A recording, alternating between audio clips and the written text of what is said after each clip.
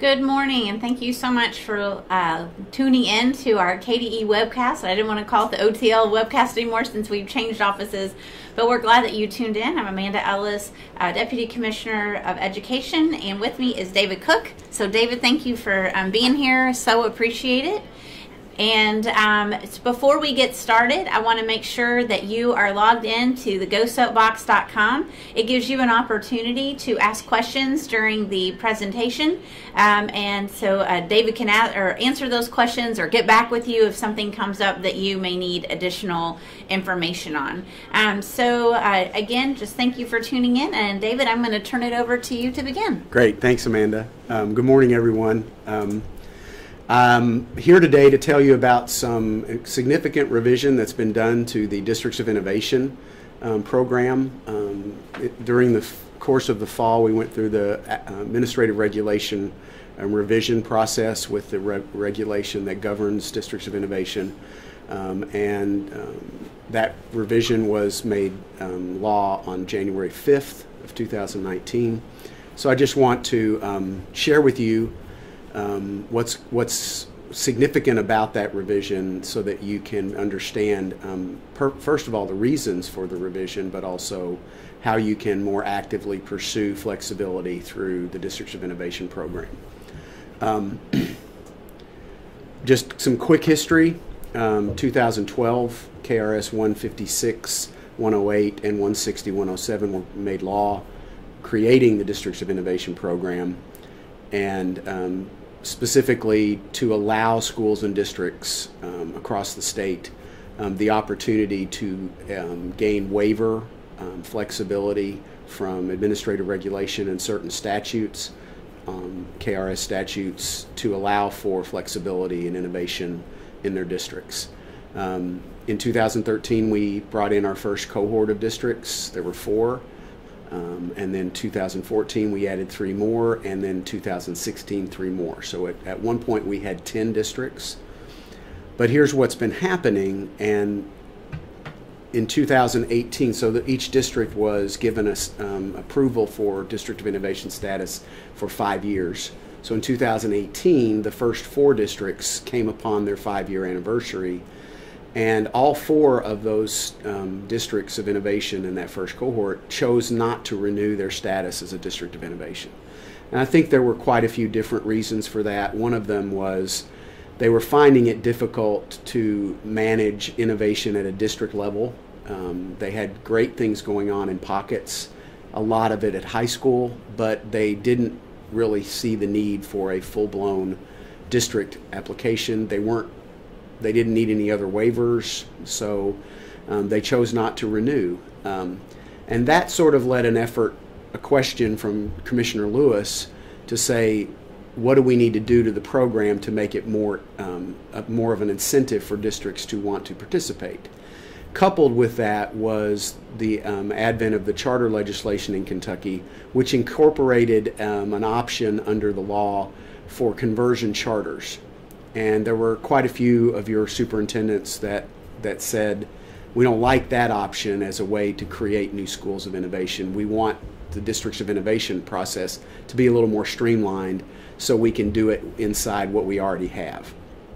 So we began the revision of 701 KAR 5140, which is the District of Innovation regulation. And that, as I said, was approved on January the 5th of this year. So here are the primary things that the revision does. The first is that it puts into words the fact that something we had sort of inferred all along, which is if you don't need a waiver, you don't need to be a District of Innovation. So you can do whatever you want to do if you're going to do it inside the current structure of our regulations and laws.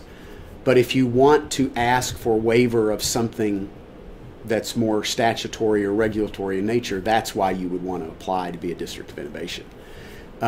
So this codifies that. This says you're not going to be applying for D of I if you don't need it, so to speak. The second one was to also put into regulation something that was also kind of inferred, but nobody ever really took advantage of it, which is the real reason Commissioner Lewis wanted these revisions, and that is that a single school in a district could be a school of innovation inside a district in which none of the other schools are innovation schools. So that was not something that people thought about previously, even though technically you could have done it. I think now it's in the law, it's in the regulation itself. So that means that while an individual school cannot apply on its own to the Department of Education, a school can go to its district and say, we want to be a school of innovation, which thus creates the opportunity for the district to apply on their behalf. So two significant things there. The other things that are significant are the types or ways, I guess would be a better way to say it, that schools can become schools of innovation. If you, on this screen here, you see 3 options. The first 2 already existed in the existing regulation, but I wanted to point them out again as a reminder. An individual school that takes a vote of its faculty can, in essence, say to the district, we want to be a part of the district's application. So they take a vote, 70% of the teachers say we want to do this, then they're part of the application. The second option is one that's created by virtue of our TSI-CSI operation in the state and in the federal government.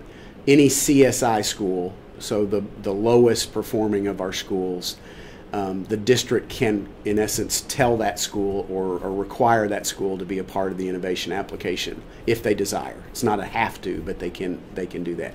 The third option is the one that's not been codified in regulation before, which is a district can choose, for whatever reason. The one that comes to mind most often is they want to do a virtual school, or they want to do a particular career-based high school that may not be inside the structure of one of its existing high schools. They can create a school that's a district level school, so it doesn't fall under traditional site-based rules and those kind of things. So it's a school that may be operational for all the schools. So if you're in a larger district that has multiple high schools, this would be a school where kids from all the schools in the district could attend. So that's the kind of a third new option. And then on a lesser note, although it's a fairly significant change, we've cut in half the application timeline. So prior to this regulation change, you had to have your application into the State Board of Education 180 days prior to the start of school year. That timeline has been cut to 90 days in the new regulation. So in essence, if you're an August 15th start date for your school district, then you have to have your application in by May 15th. I think I did that math right. And again, just the goal, 2 goals. Districts not wanting to have to sort of give up their school in the charter conversion charter option, which would allow for someone else to kind of manage that school, and also just a general increase in participation in the program. And I will tell you that second goal has already being seen. We're anecdotally getting a lot of data from school districts that says, oh yeah, we're going to apply now because we have this thing we want to do at one school or 2 schools or a feeder pattern or something like that. So we hope it's going to have the effect that we intended for it to have. And we're going to do a little bit of internal kind of branding to sort of help us think about it this way, which is Kentucky Schools of Innovation rather than just districts. Because I think when we say districts, there's an automatic connotation that we're only talking about whole districts, and this is just going to be a subset of that, so that folks can really understand this is sort of a marketing piece more than anything else, to just say there are schools now of innovation, not just districts. And that's our contact information on the screen. Steve Kissinger, who works for me, is our program consultant who manages the day-to-day programs, and myself, David Cook. So that's it. All right. So, well, David, thank you Yeah. for sharing. I hope school districts take advantage of this. I hope so, too. Especially with the flexibility. I think there's a lot of options out there and opportunities for districts to take advantage. So if you have questions, please reach out to David. He has great resources, can refer you to people who've tried different things. So I'll give you all just a minute if you have any questions you want to ask. There are 5 things to know before you go. I want to make you aware of. It's a busy time. One of the things that is not on this list, is we are in the middle of session. We're about, I think, 15, 16 days in of a short session, and so there's lots of chatter around bills that have been dropped and legislation, but nothing has passed both at this point for education. But definitely keep up to date on the LRC website. There's lots of bills from the Senate and the House, several that are around education. Just want to encourage you to continue to keep up with that and know what's going on. So just a few things as a reminder. Schools and districts can begin accessing the Civil Rights Data Collection tool.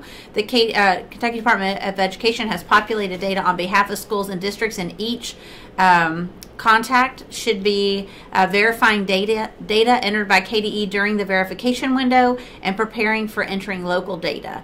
The 2017-18 CRDC flat file specifications document details items KDE has not populated that require district and schools to enter data directly into that collection system. So there are data pieces that you have to input. On or after February 25th is when KDE advises to do so. That's the end of this week, or actually by Monday. So please don't wait to the last minute. Complete validation and data entry before the submission system closes on Wednesday, April 24th. Also on the 1920 Certified Evaluation Plan guidance, just as a update, with no changes to the framework for personnel evaluation. No changes are required for your certified evaluation plans for the 1920 school year. However, we always encourage you to meet with your 50/50 committees, review and discuss what you've implemented this past year. Is it meeting the needs of your staff? Is it with the intent of building capacity, doing what it needs to do to have high quality human capital in your district? So please, any changes that are significant changes would have to be resubmitted to KDE, but with any questions that you may have, you can contact Todd Davis. Also, the Regional Kentucky Academic Standards meetings are taking place in March.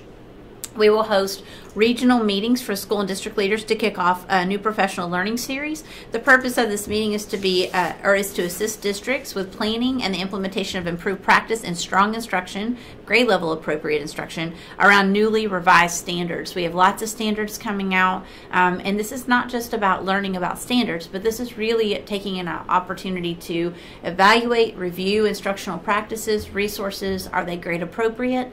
Engagement of students and belief that students can achieve. This is a great opportunity. There are many options. If you register for one of those options and it says, would you like to be placed on a wait list? If you click yes, it will automatically put you in the afternoon session. So that's just how the system is set up. So you would either be in the morning or the afternoon. And so we really encourage you to send a team to do this. The learning will be focused on understanding the revised academic standards for reading, writing, and mathematics. It will orient participants into the initial planning and team structures that need to be in place for operation.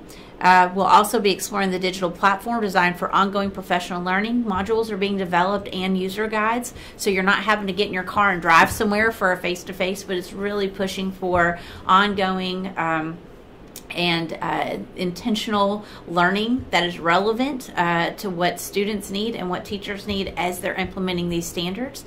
So that's really important for us to support that. Districts should send the leaders in their systems that are most qualified to gather information, bring it back to the larger team, and plan for implementations. We have lots and lots of locations, I think maybe 14 sessions set up across the state, so there's more than enough opportunities for you.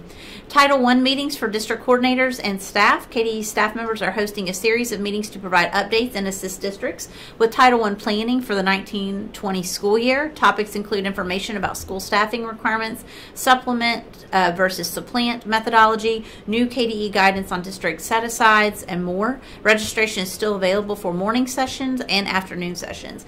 For any additional information on this and the links, see the Commissioner's Monday message from February 18th, which was yesterday. All of those links are there. It's found online, and we hope that you'll take advantage of those.